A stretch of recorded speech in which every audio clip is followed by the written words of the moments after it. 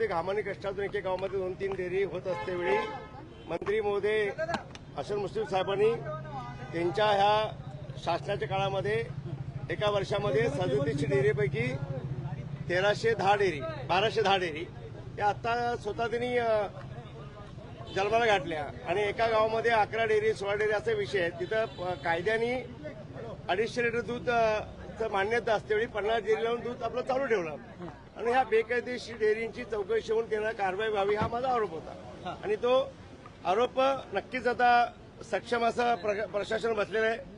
चांगले अधिकारी नेमलेत महाराष्ट्र शासनाने आणि त्याची चौकशी होऊन त्याचा रिस्त त्याला मार्गस्थ लागेल. पण या सगळ्याच्या बाबतीत तुमच्याच सत्तेतील मंत्री हसन मुश्रीफ हे सगळ्या गोष्टींना विरोध करतायत, कुठेतरी प्रशासकांनाच ते विरोध करतायत. मला अत्यंत तुम्ही प्रश्न चांगला मांडलात. खरं राज्याच्या मंत्रिमंडळामध्ये कॅबिनेट मिनिस्टर हसन मुश्रीफ साहेब आहेत आणि राज्य सरकारने जर प्रशासन लावल्यानंतर त्यांनी त्यांच्या विरोधात जर हायकोर्टपासून सुप्रीम कोर्टमध्ये आत गेलेत तर मला असं वाटतं त्यांनी मला लाज वाटते बोलायला की त्यांनी मंत्रिपदा सरकारमध्ये मंत्रिपद आहे कॅबिनेट मिनिस्टर आहेत आणि मग चौकशीला एवढं घाबरायचं कारण काय. तुम्ही जर काही केलात नसेल तुम्ही जर चुकीचंच नसेल मग घाबरायचं कारण काय. प्रशासनाला त्यांच्या लागलं ती चौकशीला सामोरं जावे आमचे आरोप आहेत ना.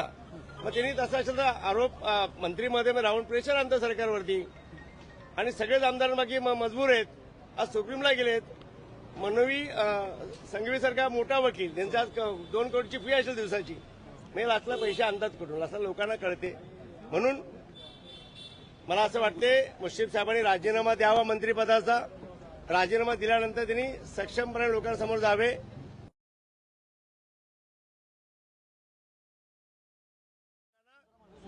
जरा दबावाखाली आणि प्रेशराईज वाटते आणि चुकीचं वाटतंय आणि लोकांना जनतेला लक्षात आलं की एवढे मुश्रीफ हातबल का झालेत. पण मुश्रीफांनी आता असं म्हटलंय की कुठलेही याच्या बाबतीत राष्ट्रवादी नाही तर शिवसेनेचे नेते देखील त्या ठिकाणी विरोध करताना पाहायला मिळत आहेत. महायुतीमध्येच असलेले मित्रपक्ष तुमच्या विरोधात तिथे उभे राहिलेले आहेत. आता महत्वाचं बोलू का. माझ्या कुठल्या संस्था नाही आहेत, कुठली कॉलेज नाही आहेत, कुठल्या पतसंस्था नाहीत, कुठले कारखाने नाहीत, कुठल्या बँका नाहीत. ज्यांच्या संस्था कारखाने शुगर कारखाने आहेत त्यांना मुश्रीफ साहेबांचं केडीसी मधून प्रचंड असं 100 करोड 200 करोड 300 करोड लोन आहेत म्हणून ते सगळेच आमदार दबावाखाली आहेत. हे माझं 100% सांगतोय. मग नेते मंडळी पण दबावाखाली आहेत. मला काय नाही, मला जनतेसाठी लढा द्यायचा आहे. जनतेचा लढा जनता माझ्यासोबत आहे म्हणून प्रामाणिकपणे काम करतो. मुश्रीफ असं म्हटलं की मी सध्या कुठल्याही या गोष्टींवरती प्रतिक्रिया देणार नाही याचा अर्थ ते तुम्हाला घाबरले. नाही मोठे नेते आहेत घाबरणार कसे. दिग्गज असे नेते आहेत. गोकुळचे दिग्गज नेते आहेत, केडीचे दिग्गज नेते आहेत, जिल्ह्याचे मोठे नेते आहेत. खरं जिल्हा बँक त्यांच्या हातात आहे, त्यांच्या हातामध्ये कोल्हापूर जिल्हा त्यांच्या हातामध्ये असा विषय होतो. एक प्रश्न आहे शक्तीपीठ महामार्गाचा. काही महायुतीतले नेतेच विरोध करतायत शक्तीपीठ महामार्गाला. नेमकी सद्यस्थिती काय आहे. त्याला कारण असं आहे की सर्व जनतेला रोजगार पाहिजेत आणि बेरोजगार कमी व्हायला पाहिजेत.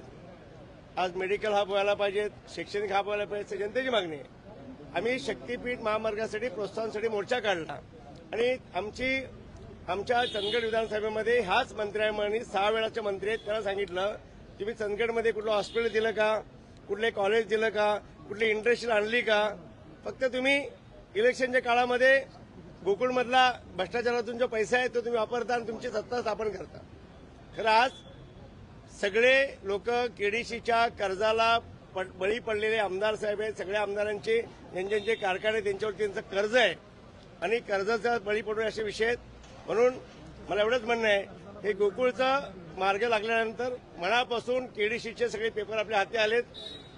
जेव्हा नोटबंदी झाली त्यावेळेस जनतेचा पैसा कमीत कमी 2000 करोड काहीतरी विषय यांच्या 2000च्या नोटा त्यांनी आपले पैसे बँकेतून काढले आणि ज्या यांच्याकडे बेनामी जे रक्कम होती ती त्यांनी बँकेच्या माथ्यावर मांडली आणि जनतेचा पैसा असा लागले. त्याची चौकशी सुरू आहे आणि कोर्टात पण जी केस आहे. खरं गोकुळ झाल्यानंतर गोकुळची साफसफाई झाल्यानंतर चांगल्या पद्धतीनं मी केडीसीला काम करेन. ठीक आहे.